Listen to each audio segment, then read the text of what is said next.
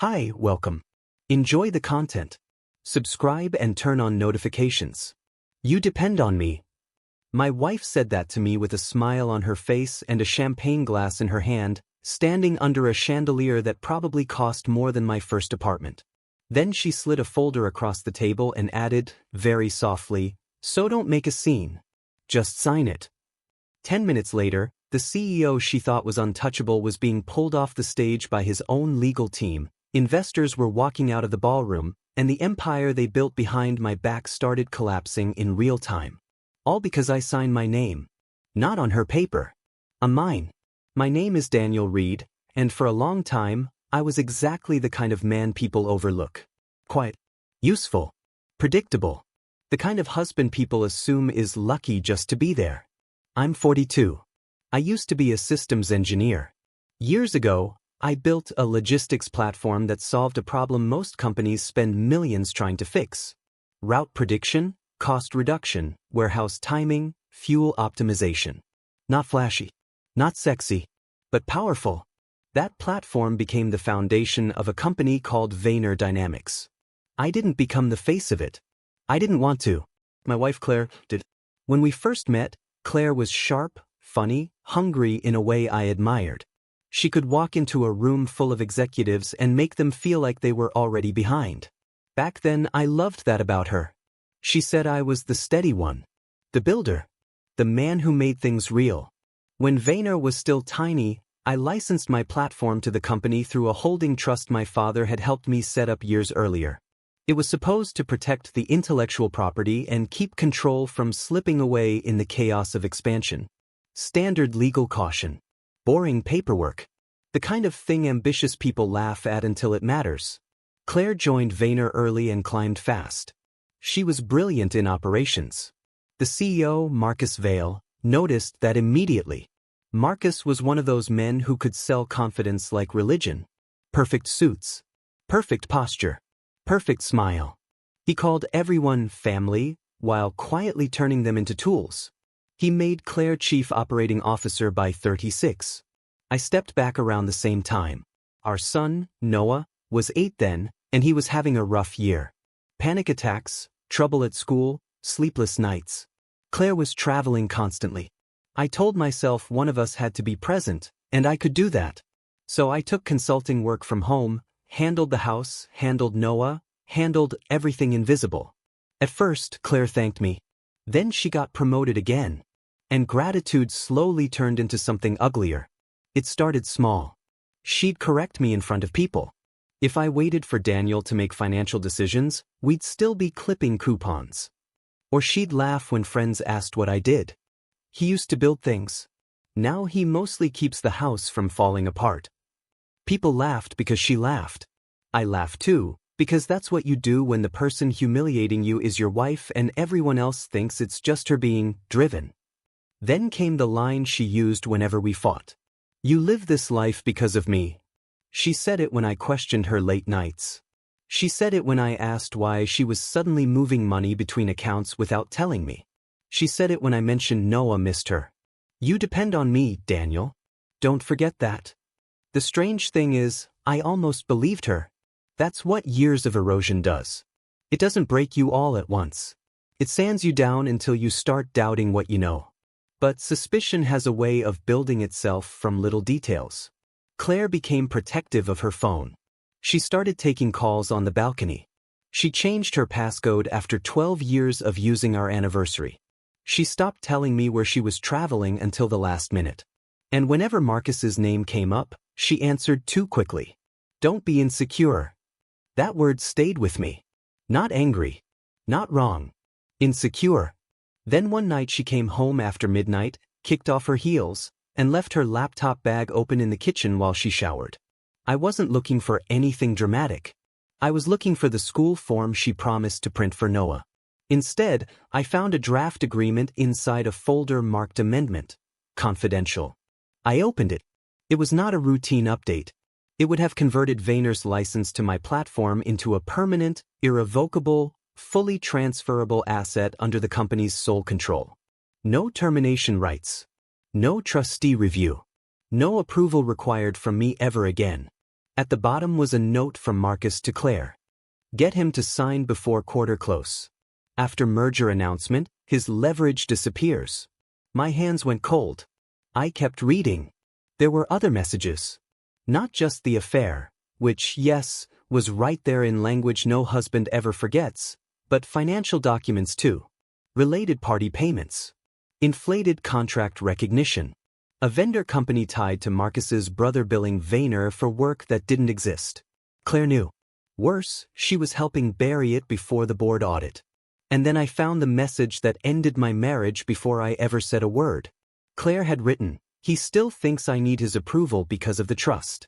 Once he signs, he's irrelevant. I'll deal with the divorce after the launch." I just sat there in the dark kitchen, staring at the screen while the shower ran upstairs. You'd think I would have exploded. I didn't. That was the moment something in me went still. Not numb. By morning, I had copied every file.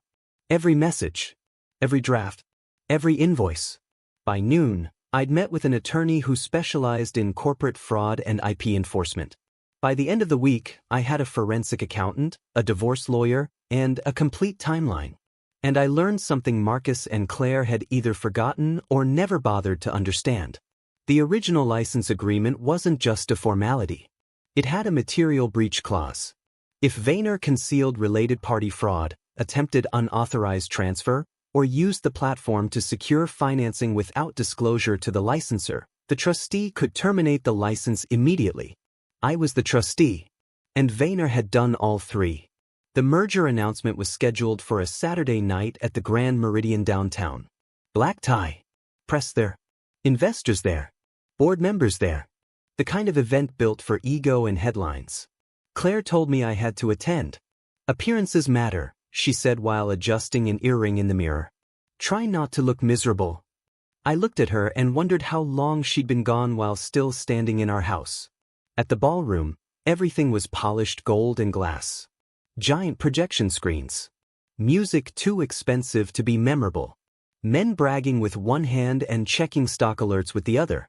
Marcus greeted me like we were old friends. "Daniel," he said, clapping my shoulder.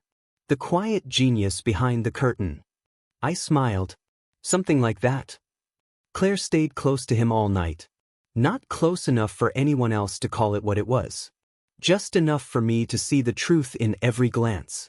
20 minutes before the main presentation, she found me near the back bar and slid a folder into my hands. There it was again. The amendment. "I need this now," she said. "Investors are waiting. Legal wants it done tonight." I looked at her. Really looked. She wasn't nervous because she loved me or feared losing me. She was nervous because she needed my signature one last time. "You said I depend on you," I told her. She gave me that thin smile. "Daniel, this is not the time." "No," I said quietly. "It's exactly the time." I handed the folder back and signed. For the first time that night, I saw actual fear in her face. "What are you doing?" "Protecting what's mine." She grabbed my wrist. "Don't be stupid." That was when Marcus walked over, all charm, all control. "Problem?" he asked. I reached inside my jacket and pulled out my own folder. Inside was the signed notice of immediate license termination, the evidence package already delivered electronically to the board, outside counsel, and federal regulators, and the injunction request my attorney had filed an hour earlier. I signed the final page in front of both of them. One signature. My name, steady as stone. Then I handed it to Marcus. He frowned at first, like he couldn't process what he was reading. Claire took a step back. "This isn't funny," Marcus said. "It wasn't meant to be." He flipped through the pages faster. His face lost color line by line. "You can't do this tonight," he snapped. "I already did." Claire leaned in, voice shaking now. "Daniel, listen to me." "No," I said. "You listen. You told him to make me irrelevant after I signed. The problem is, neither of you understood what I was actually signing away." Marcus looked up like he wanted to intimidate me one last time, but it was gone. That easy power. That polished certainty. Across the room, I saw two board members checking their phones at the same time. Then Marcus's general counsel. Then an investor near the stage abruptly turned and started walking toward the exit. The emails had landed. The evidence had spread. The room was beginning to shift. Marcus tried to move past me toward the stage, but his own legal team intercepted him first. They weren't smiling anymore. One of them spoke into his ear. Another took the presentation tablet from his hand. Claire whispered, "You ruined us." I looked at her and felt almost nothing. "No," I said. "You ruined yourselves. I just stopped covering for it." The announcement never happened. The light stayed on, but the event was over. People didn't leave all at once. They peeled away in stunned clusters, pretending to be discreet while calling lawyers, bankers, reporters. By midnight, the merger was suspended. By Monday morning, Vayner's lenders had frozen negotiations. By Wednesday, the board forced Marcus out pending investigation. Then the rest came fast. The shell vendors' schemes surfaced publicly. The revenue manipulation triggered a regulatory inquiry. The board sued Marcus and several executives, including Claire, for breach of fiduciary duty. Claire was terminated for cause before she could cash out a cent of her equity package. Her name spread through every industry circle she used to dominate. Not because I trashed her. Because the documents did. During the divorce, she tried to paint me as vindictive, bitter, unstable. That lasted until her own messages were entered into the record. The judge didn't say much when he read them, but he didn't need to. Kept the house. They kept the trust. And under new management, Vayner eventually negotiated a legitimate buyout of the platform they'd spent years pretending I didn't matter to. The money helped, sure. But that wasn't the victory. The real victory came 6 months later on a quiet Tuesday morning. I was making breakfast when Noah walked into the kitchen, sat down, and said, "You look different." "How?" He shrugged. "Lighter." Kids notice the truth faster than adults do. He was right. For years, I thought strength meant enduring disrespect quietly. Holding the family together no matter what it cost me. Letting people underestimate me because proving myself seemed selfish. I was wrong. Strength is knowing when silence becomes permission. It's knowing when love has turned into contempt. And it's understanding that dignity doesn't return the moment someone apologizes. It returns the moment you stop handing it away. Claire told me I depended on her. The truth was, she depended on my patience, my loyalty, and my silence. Marcus built an empire on arrogance and borrowed foundations. And in the end, all it took to bring it down was one man finally deciding to sign his own name for himself. I sleep better now. The house is quieter. My life is smaller in the ways that matter least and stronger in the ways that matter most. Peace doesn't always arrive like triumph. Sometimes it sounds like a pen touching paper. Thank you for watching. If you enjoyed the story, don't forget to subscribe and turn on notifications so you don't miss the next one.